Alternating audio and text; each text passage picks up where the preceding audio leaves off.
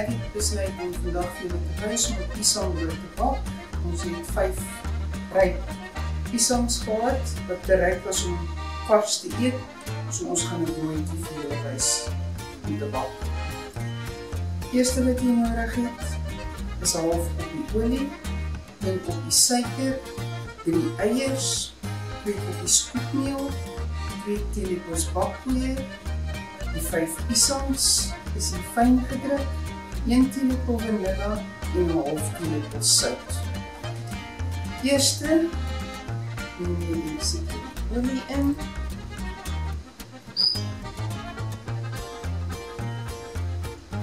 Suiker. En neem dit goed deur.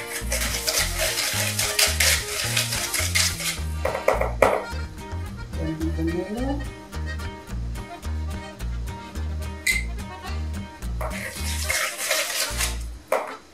Die eiers, 1 vir 1.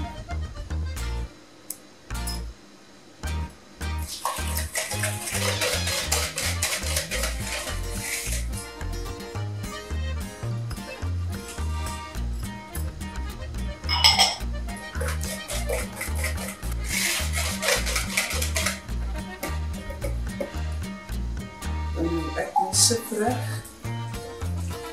en ek sif die koekmeel, die sout en die bakpoeier. Sommer op die eiermengsel.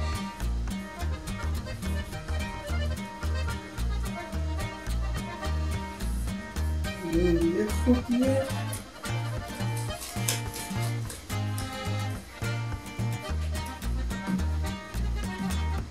En laastens die piesangs.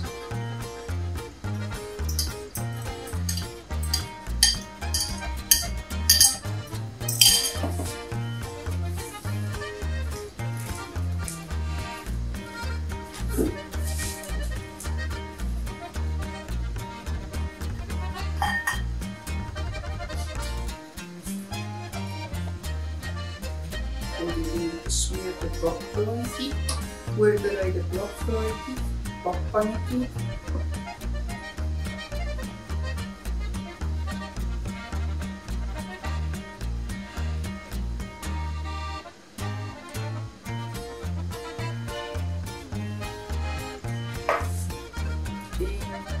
Nou bak ek dit in 'n vooropgerichte oond by 160°C vir 1 uur lank.